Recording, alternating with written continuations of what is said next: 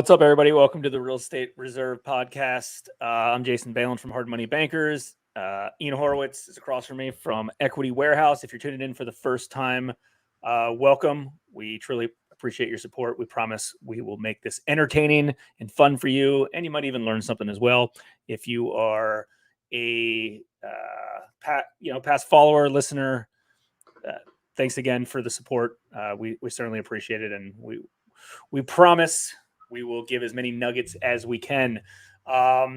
So we have a guest today that we're going to bring on here, and Ian's going to introduce in a second, that I'm pretty interested to learn more about and hear about.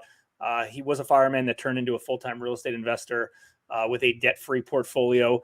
I think that's something that a lot of listeners and a lot of real estate investors in general would like. They want to either quit their W-2 job, or they've already quit that, and they're trying to do real estate investing on a more full-time basis and eventually get that thing debt free, and in essence take out all the profits and have a lot more cash flow. So we'll learn a little bit about that here in a second, Ian.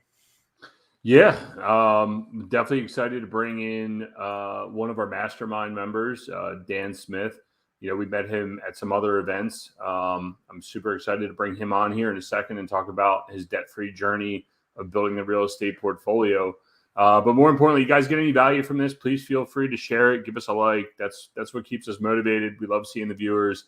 We don't do this for money. We do this to talk to real people that are just like us, that are doing real estate, not gurus, not anyone trying to sell you anything, just someone that's doing real estate the same way we want to do real estate. So with that being said, let's bring Dan Smith in. Hey, Dan, how are you? Good. How are you guys? Doing great. Well, welcome to the show. Why don't we just start off, maybe just give everybody a little background about yourself. All right. I was a firefighter for about 12 years. I was investing before that. I was just buying little houses, trying to pay them off as quickly as possible, and hurt my back about 2 years ago. And thank goodness I was doing real estate. I could kind of transition from having back surgery to just going full-time into real estate. I'm married, been married for almost 25 years, got 3 kids, and just enjoying semi-retired life. Yeah, man, that's the ultimate goal. It's funny, you go into a career, and Jason kind of knows this, doesn't know it, but he's heard me talk enough about it, is you go into this career thinking you're going to do 30 years. I'm going to go be a fireman. I'm going to help people out. And very quickly you realize it's a young man's game, and we're not even that old. It's a very young man's game. At a moment's notice, you can get hurt or killed, and you're out of the game. What led you to start buying real estate early on during your career as a fireman? I actually started even before I was a fireman. I've always loved real estate. So when I was a kid, I had a lawn service, sold it, went to college, and, sitting in the college dorm room, and Carlton Sheet pops up on the TV, and I buy his course, and just knew nothing, didn't know what title company was, didn't know anything. And just started kind of learning. And that's kind of the way that I even started, was just his whole mindset was you buy 30 properties, put them on 30 years. After 15 years, you sell half of them and pay off the other. So that was kind of the mindset that I had. And I just started buying little houses as cheap as I could and fixing them up, and then just start renting them. And so that's kind of how the whole, not having a lot of debt started, was I just bought the cheapest, little ugliest thing that I could. And then it just built. I was able to scale quite a bit when I got into the fire department, because, we worked 24 on, 24 off, 24 on, 24 off, 24 on, and then 4 days. So I was able to go out. I did a lot of work myself, did a lot of the hands-on until I hurt my back. And so it just kind of went well being a firefighter. And as I started seeing, kind of like what you said, firefighting's a young man's sport. And, I'd love to say that there was a huge camaraderie within the fire department, and they look out for you, but they don't. They're about taking care of their budgets and things like that. And so that was the thing that I'd tell rookies when they come out: start buying a house, live in a duplex, live in one side, rent out the other. So I really started seeing it after about 3 or 4 years in the fire department. And I was like, I've got to make plans outside of this career because I don't know that I'll be able to make it. And then lo and behold, I ended up hurting my back. Let's talk a little bit about the first deal that you ever did. I'm assuming it was in Chattanooga, Tennessee, where you live. Yeah, just outside of Chattanooga. And tell us a little bit about that one. Like, what type of property was it? How did you find it? How did you finance it? And potentially, where the status of that current one. So it was actually, I was in college and I was listening to Carlton Sheets, and I ended up buying just a single family house. 3 of my college buddies moved in with me, and I lived there for free. How I found it, I just called a realtor. I didn't know any different. This was 25 years ago. I just called a realtor. We started looking around. I found this one, made sense. My buddies could pay me, I think it was $300 a month, and we could cover mortgage, taxes, insurance, all that kind of stuff. The first actual deal, which was that one, was I did an FHA loan, and my dad co-signed with me, and I ended up borrowing the down payment from a credit card. Dude, that's like straight old school guru stuff right there. Carlton Sheets style, baby. Yep. Yeah. No, I mean that's the way it should be. That's a good barrier to entry to get into your first deal, whatever it takes. OPM, right? Other people's money on some of these things. Yep. People hear other people's money and then they hear, well, why would you borrow from a credit card? That's irresponsible. It's 20% interest, whatever it is. It's like, who the hell cares? It gets you into a deal that potentially pays out multiples of that. The first time I ended up having a private lender was a buddy. He was a realtor, and I said, "Hey, will you go look at this house?" I was maxed out. I'd used the banks. At the time, you could still get fix-up monies from the bank. I went to him. I said, "Hey, would you be willing to partner with me?" And he said, "Man, I'll do one better." He said, "How about I finance this house for you?" And I was like, "Oh, that sounds sweet." But I had no money to do the fix-ups. So I actually borrowed $18,000 off of credit cards. I used 4 different credit cards, fixed it up, sold it, paid off the credit cards, and ended up, I think I made $18,000 or $25,000 on it, somewhere right in that range. But it's a lot of money. I did what I had to do. Honestly, I talk about this a lot to people is, there's so much information out there now. Like with these podcasts and everything else, masterminds. Man, when I started, it was Carlton Sheets and William McCorkle. And once you read their course and listened to their tapes, it was done. There wasn't anything more, so you had to just kind of go out and figure it out. And that was the way I figured it out. What was the median like buy price, like as you start building this rental portfolio, just to give people a frame of reference, what it was then, and what do you think that same house would trade at today? Well, I'm actually got one under contract to sell. It's a flip.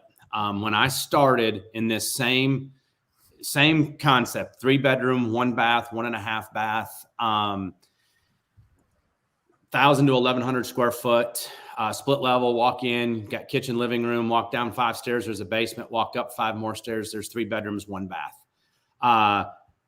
15 years ago, it was $30,000 to $40,000. I paid $121,000 for it. Oh, geez. So when I was selling back then, I was selling for $79,900 to $99,900. I just put this one under contract for $289,000. So exact same house, but that's literally from 15 years ago to now. Yeah, things are a little bit different. Ultimately, that's what chased us out of the market or made us hit a pause. But it was hard to navigate those bumps as they were moving up in price, because it was like, oh, well, rent's not really following, or sales prices aren't really following. Like, why is stuff trending upwards? How did you cope with that as, you're going through it? Do you take the time to underwrite each deal individually and try to block out previous deals you've done? Or, have you had mind fucks where you're just like, I can't do this deal because I'd only pay $40,000 for this and I can't get out of this cycle?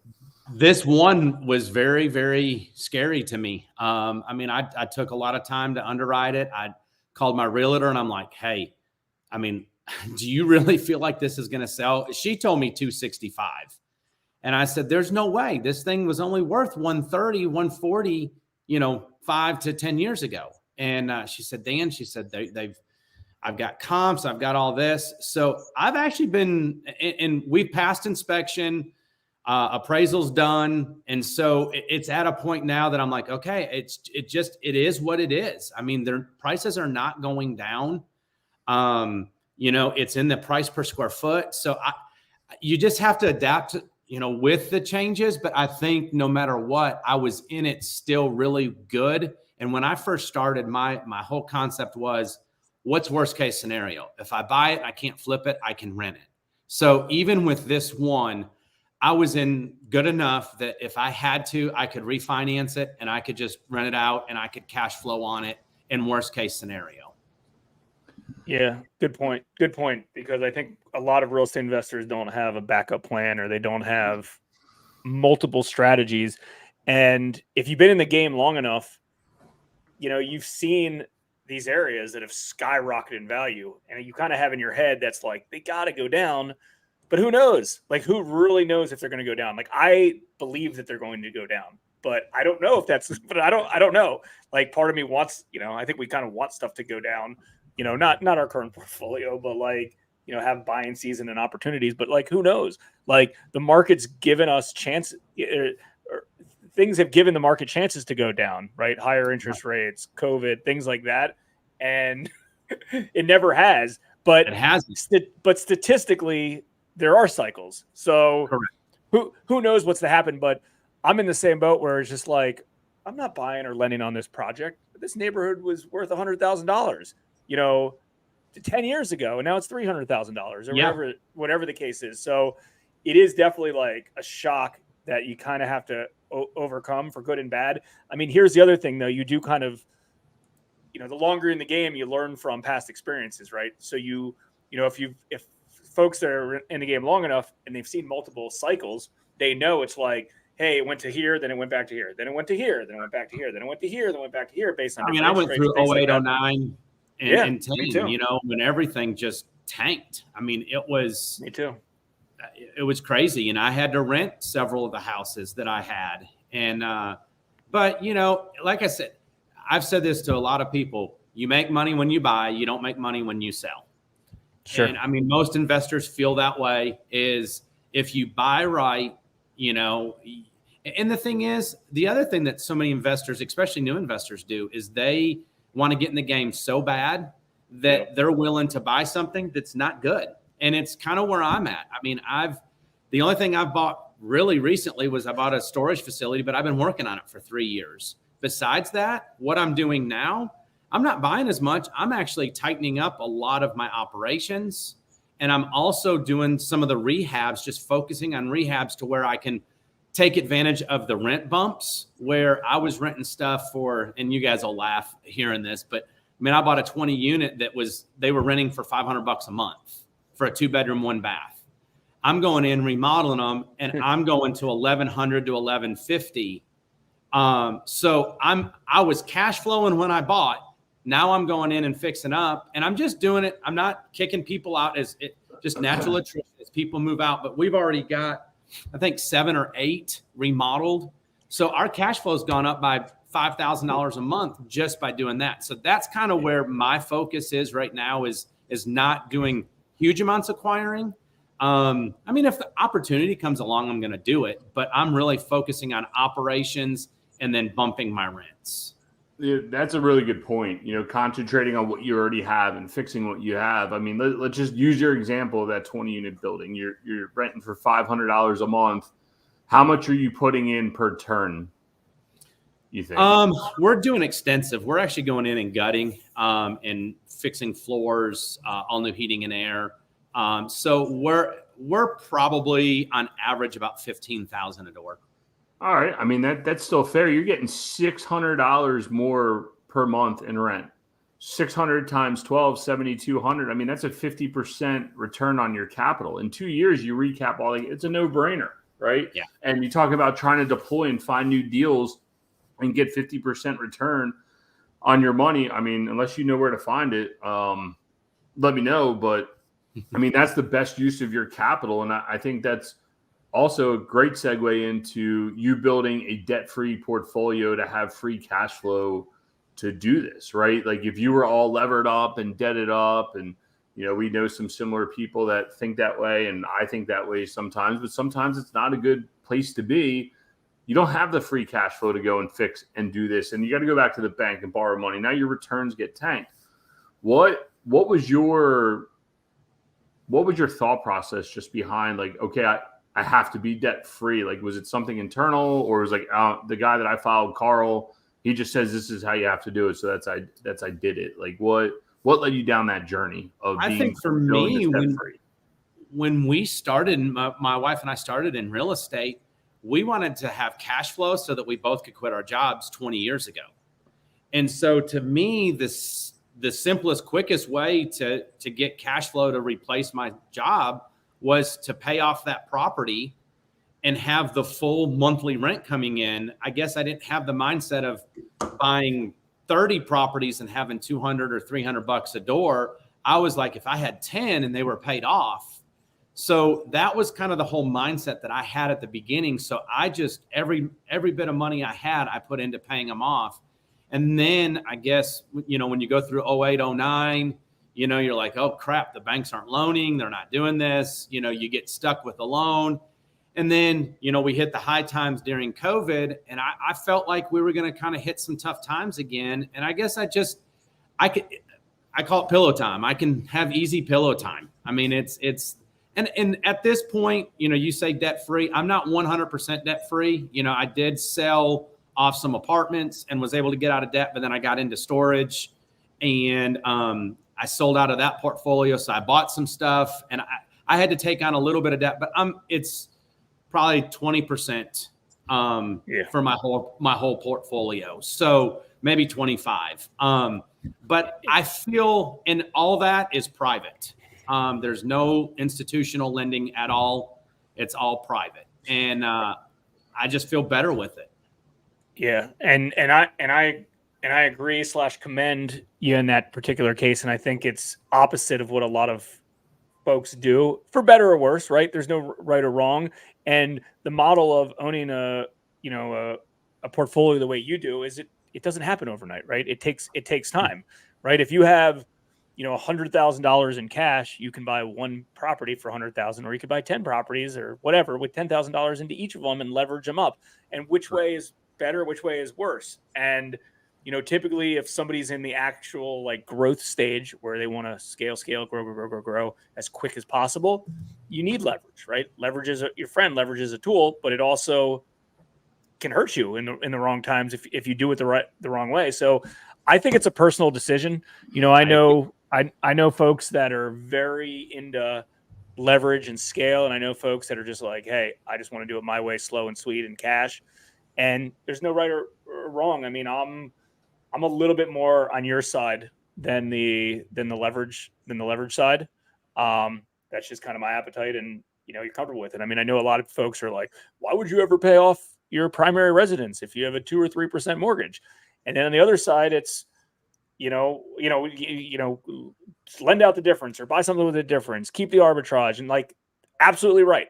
There's I'm not stating they're not, you're not right in that case. And the other side, it's like, well, then you don't have a mortgage payment, and then you have peace of mind. Then you have a free and clear asset, and you can choose to do what you want with it. So there is definitely two mindsets. And also, like you said, it frees up mental airways to concentrate on other things, right? You don't have that burden in the back of your head. It's like there's a breath of fresh air when that happens. So again, but there's, anyone can have this argument and go in any direction that you want. And I see all sides of it, but it's whatever. I absolutely do too. And Ian knows, I mean, it's a conversation I've had with him and several other people many, many times of, almost feeling like I was wrong.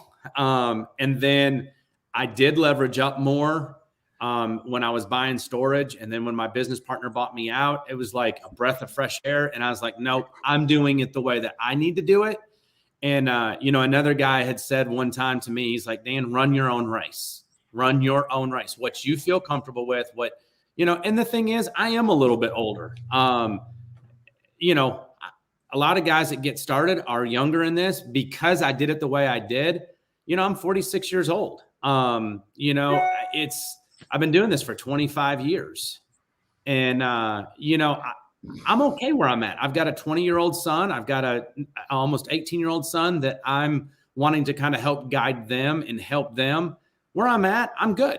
I don't need to just scale and scale and scale and scale. But I agree. Leverage, you've got to have it. If I didn't have those banks at the beginning, if I didn't have private lenders, I couldn't have done it.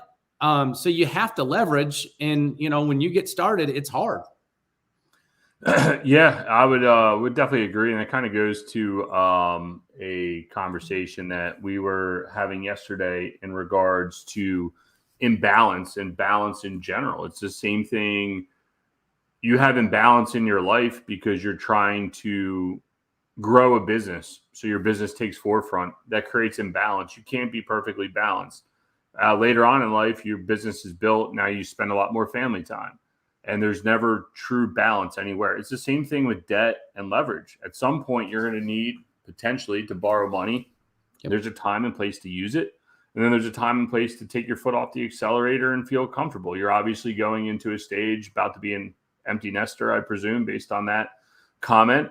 That's like, yeah, it's you and your wife's time. You don't need to go out and grind and have to work like crazy. And you're like, all right, I can take my accelerator. That's your choice, right? You've made it to that time where you're like, all right, I'm going to enjoy some of this. And I think that's perfectly fine. And you need to recognize what works for you and your situation. So I would say I commend you as well to have the maturity to even think about that. Most people are like, oh no, I made my money and I just got to take my foot off the accelerator now. It's like, no, dude, you made a little bit of money. Now make that money continually come in. And by you building a debt-free portfolio or majority super low leverage portfolio is probably a better way to portray this, that you have a cash flow that will not stop coming in and you don't owe anyone except the goddamn tax man. And that's the last thing you need to figure out how to get rid of. And you're golden, right? So, and I think here's the other thing on it. The strategy has to be aligned with your end goal as well. Like you can't be like, hey, I'm going to have $100 million in the next 10 years. It won't work. Right. Right. Absolutely. Right. If that's what the goal is, it's like, yo, you better be leveraging everything to the top. Correct. and bang, bang, bang and do it that way. So, and again, I think where the hardest thing as an investor, when I started, it was like, I want to grow. I want to grow. I want to grow. I want to do all this stuff. And then all of a sudden you do hit a certain amount of success and you're like, okay, since I retired 2 years ago, I've been processing in my head, okay, what do I really want? And that's hard for an investor to step back and say, okay, and maybe not enough's enough because I still want to grow. I still want to do things, but I don't have to have the gas all the way down to the middle. I can kind of just cruise because of what I've done for the last 20 years. I can enjoy it and I'm okay. I'm not going to be 100 million guy. I don't want to be 100 million guy. I'm fine where I'm at. No doubt. Again, that's maturity and planning hard at work, right? And recognizing what your values are and what's important to you. And most people, people make fun of me because I have my eyes set on a jet, but I have my eyes set on a jet because it's an unobtainable goal that I'm trying to achieve. But in the end, we all have core values that we're looking to satisfy. And, somewhere along the way, the foot's going to come off the accelerator, right? We all go through seasons. And I'd be interested to see what happens. I know you said you're headed out to Alaska for the week. You're gone for a week here. I know you're coming to New Orleans to the event. You're gone a week there. And next thing you're like, man, I'm doing a lot of life stuff. I need to get back into the business mode. And we all go through these cycles. There's no clear cut. Hey, today's business and today's life, it's all right. It goes in phases and we're all there. We're all mentally tired of something and it happens. So, yeah, man, I think that's really cool. And here's another thing that I think is something powerful to think about is time is not on your side, but time is on your side at the same time, right? The compounding, when you compound your knowledge and you compound your cash flow and you compound interest and things like that, turns into a big thing, right? You're 6 years older than Ian, right? So think about it. Think about how much success certain people have had over a certain period. And then it's like, just keep adding more time and more time and more time and more time to it. And again, it's one of those things that if you ask some people, it's like, well, time's not on your side. You got to do everything right now. You never know. And I don't disagree with that either. But then at the same time, I think a lot of people are envious of others that potentially might be older. And it's like, think about where you were 10 years ago. Like, and think about where you are today. Like, that was a long time ago. Like, think about how much somebody has accomplished things. Imagine, a snowball grows like this, right? So if like 10 years ago you were here and then today you're here, tomorrow you're gonna be here, like just doing nothing else besides just keeping everything slow and steady. So, I personally get anxiety sometimes, when there's big goals that are in place and it's like, man, like, how am I going to hit that? Right? Like, that's going to be tough, but really it's just block and tackle every day, doing the right, proper things that will accomplish that. But it's hard to think out into the future. It just is, right? Because it's a lot of things just seem unobtainable. And I'm guessing when you started this, I guess you were 21, right? When you started this, compared to where you're 46, that of course seemed unobtainable to you at that time. Yeah. I knew nothing, I knew nothing. And, my goal at that point was I want to be a millionaire. And, I didn't have the first clue, didn't know anything. And then, the first time that I realized that I had $1 million in assets, I was broke as a joke, didn't have anything. And I was like, crap. I mean, I showed it to my wife and I was like, this is what our financial statement says. She said, yeah, have you looked at the bank account? And, it just,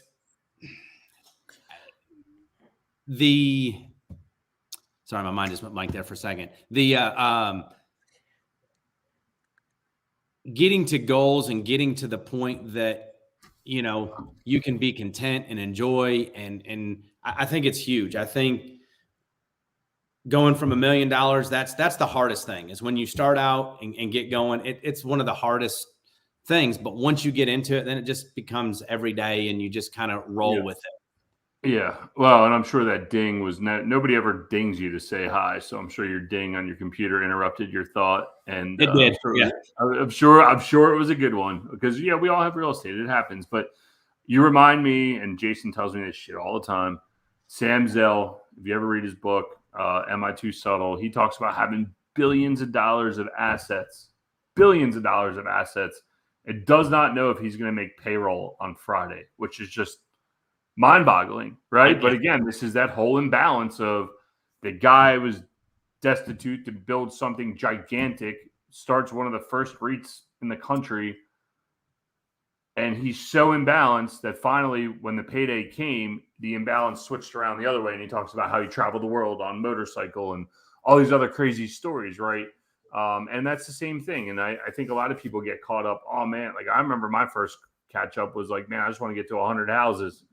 I didn't give a shit about cash flow. I didn't, obviously it was important and I said it was important, but like, if you ask what was more important at that time, it was more important for me to get to 100 houses than potentially sometimes worrying about what it is. Oh, it's in the same area, whatever. It's a few bucks less.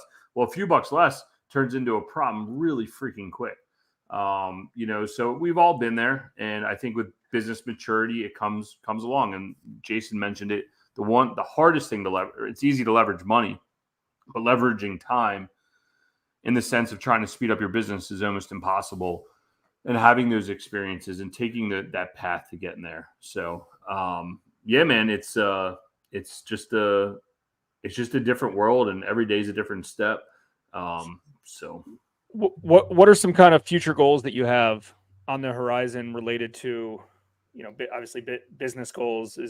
Are you sticking in with the asset classes that you currently have? I noticed you said, you bought your first storage facility. You're trying to buy storage stuff. Are you trying to venture outside of your home market or stay local? I'm definitely staying local. I won't go outside of my local market. I just feel very comfortable there. I did sell out of a 10-unit storage portfolio last October. And I was kind of like, I'm not going to get back in it. But 3 years ago, when I first started, I was actually talking to a guy. It was the first guy that I ever contacted local where I'm at. And he called me about 6 months ago and we worked it out. And so I'm probably going to actually fix it, get it stabilized. And I think I'm going to actually flip it. And I'm going to use that money and I'm going to probably start doing some, just private lending off of that money. Nice. Yeah. Again, it comes back to having a plan, man. That's smart. And you took a situation that was a little rough for you, and we can do another show on that at a later date. But you recognize that your values didn't line up with your business partner, and you were able to make a separation, even though you guys had 10 storage properties. You had quite a bit of square footage, and built something and amassed it really quick. So, about 18 months, we had 1,100 doors and I think it was 400,000 square foot. Yeah. So all in our local market. I mean, it was all within an hour of each other, nice. Which is kind of unique. Yeah, no, that's awesome. And then since then, so you've obviously freed up some time selling that. You've started a podcast with your wife. You want to mention that? We did. We started what's called Happy Home Tennessee. It's just kind of talking about our story, kind of where we started as a couple. A lot of times, you see individuals kind of getting into it, but kind of once again, we started where I was hands-on. I did a lot of the work. I did a lot of the management. We still self-manage all of our real estate portfolio. So she's still very involved. She does a lot of the bookworking and that kind of stuff. So we just kind of started talking as a couple, where we started from and the highs, the lows, even down to what we're doing right now is we're restructuring so much with our organization of just, we lived out of a milk crate, just to make it simple. We lived out of a milk crate, followed the Dave Ramsey philosophy on rental properties as well. And we realized that it's time to make that change. So we're doing a lot of structural stuff, but it's just really just being open and honest with people, the highs and the lows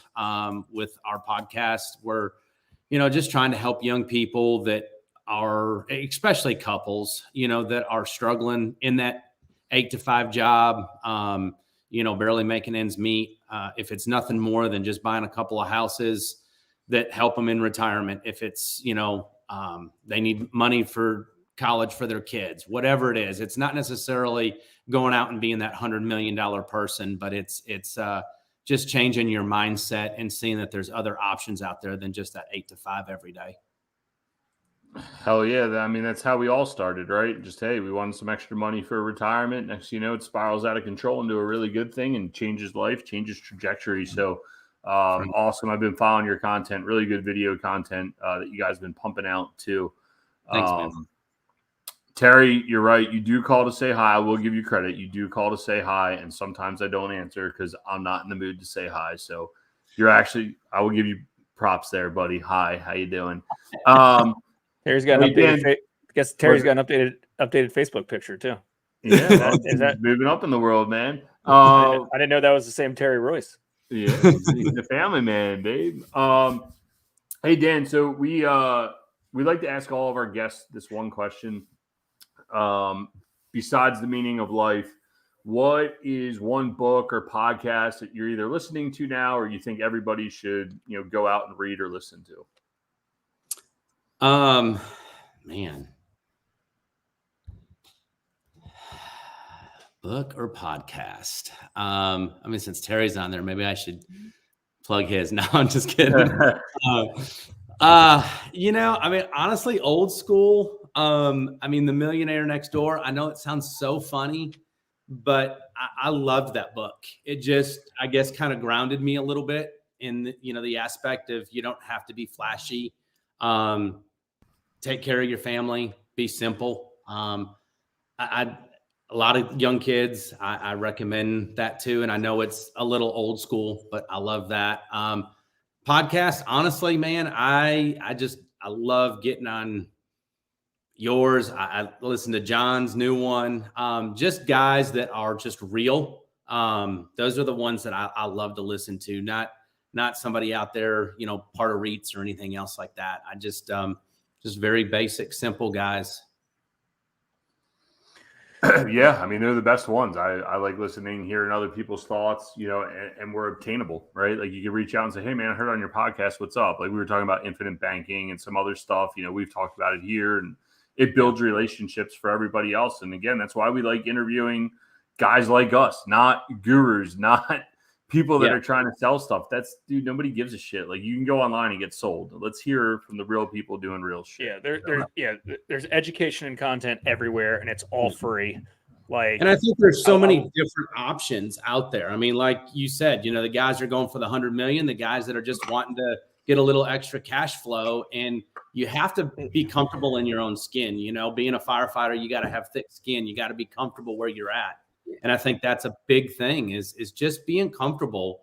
And, when I started hanging out with some of the guys in these masterminds where I met Ian at, I mean, I was intimidated. I felt like, man, I'm way behind the 8 ball. I'm not doing the right stuff. And what's been awesome about it is the last 2 years, it's allowed me to realize that what I am doing is good for me, and just accept who you are and accept where you're at, and just roll from it, but learn from other people, because I mean, Ian's brilliant, and I love to learn what he knows, because he's in a whole different realm than I'm in. Yeah, no, good points. Everything was good points besides his brilliance. But also the relatable factor is he's a firefighter, man. He's pretty smart for a firefighter. Yeah, well, that is a fact. No, he is pretty smart. I will give him credit for that. But again, to sum what you kind of just set up, it's whatever you're relatable to and what makes the most sense. I mean, the down and dirty, real podcasts, books, masterminds, groups, interviews, things like that. That's what people want to hear. What's relatable. Hear stories. I know, Ian's friendly with a lot of folks like you, a lot of ex-firemen, current firemen. And I mean, that's great, because it's like, hey, if he can do it, I can do it. Right. Like we all want to relate to people similar to us, and, people that are open to share. So yeah, this has been great, Dan. Obviously, certainly appreciate it. Where's a spot that everyone could reach out to you if they see fit? HappyHomeTN.com, or you can look at HappyHomeTennessee.com. HappyHomeTN.com. Okay, cool. We'll put that in the show notes. We'll make sure we put that in the comments. And then we also have our podcast, which is Happy Home with Dan and Latang. Perfect.